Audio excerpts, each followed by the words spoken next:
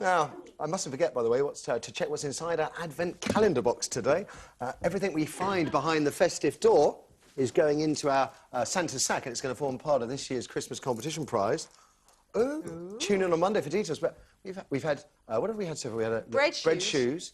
We've had some spandex leggings. Recession wine. Some recession wine, and this is the world's most complicated watch.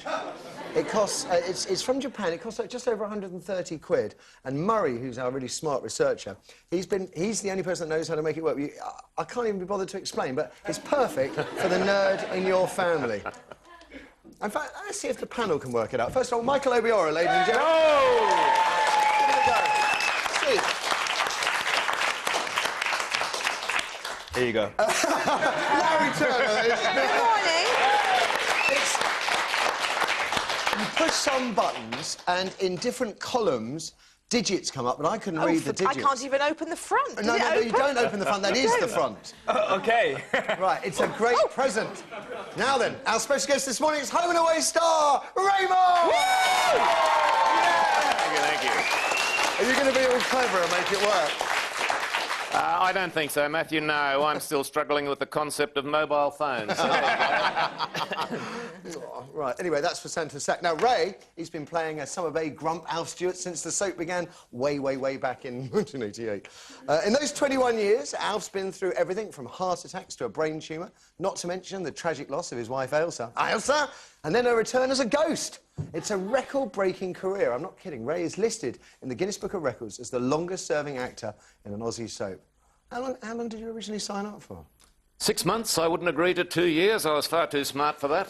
So I only signed for 6 months, and that seemed to fly. And then, all right, another 6, and all right, 2 years now, OK. And then another 3, and then another 3, and a couple of 5s, and before you know it, it's 22 years. Any plans to retire?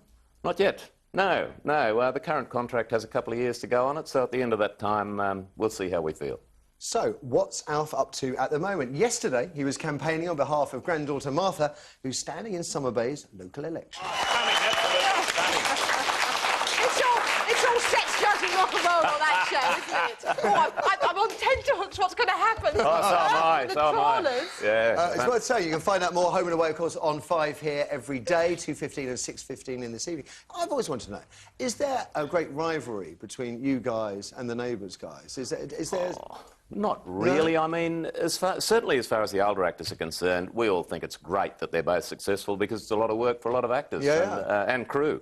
One's in Sydney, one's in Melbourne. There's always rivalry between those two towns. And I guess now for us, we rate probably 50% more viewers than they do in Australia. Is that right? Anyway, so it's not a competition, really. Now, you're over here to do Panto this year. Which one are you doing this year? Peter Pan at Tunbridge Wells. We open, I think, tomorrow week, and we run through until the 3rd of January. And you're Captain Hook? Captain Hook and Mr. Darling. Yeah, so the father of the kids that go off to Neverland, and, yeah, Captain Hook in the middle bit, and then Mr. Darling again at the end. The best part, isn't it? It's a nice part. It's a bit of fun, a bit of swashbuckling, a bit of... And it's so, you know, gently underplayed. There's nothing over the top about it. Yeah, right. Does it make a difference from your first panto? Because apparently you played the back of a horse. Is that true? Oh, my God, that's unfair. That's below the belt, Michael. I expected more of you. I mean, so really. sorry. We've even got the picture, Ray. We've even got the picture as proof. I think we can bring it up here. Have a look at this. There we go. I could recognise you anywhere. Yeah, those brown boots are a dead giveaway, aren't they? No, that was great fun, actually. That was the first thing I ever did. So that is true. You were the back end of a horse. But you're also a trained cabbie, aren't you? Well, I did. I did when I first moved to Sydney from Queensland to attempt this silly business, you know, called show. I sort of thought I'd never get a job, so I got a cab licence. And as I got the cab licence, I got the first job, and I thought I'll drive for a weekend. I didn't know where I was going. Some poor coot got in and said, take me to the airport, and I took him via Ayers Rock or something, you know. But, so I drove probably for about 4 weekends, but kept the cab licence for about 10 years, thinking, I'll never get another job. After each job, you'd think, I'll never get another job. I better keep that just so you can, you know, eat by lunchtime. Yeah, quite right. But, yeah, so I haven't got the cab licence now, sadly, but I did have it for 10 years. And somewhere amongst this, is it true that you used to play rugby union for Queensland? I did play rugby union for Queensland, yes. It wasn't last year, though, Michael. It was about 1832, I think. Had a game against France and played in Wallaby trials and that sort of thing, and played seriously. What probably position? Number 10, Johnny Wilkinson. Only a lot better goal kicker, I mean, really.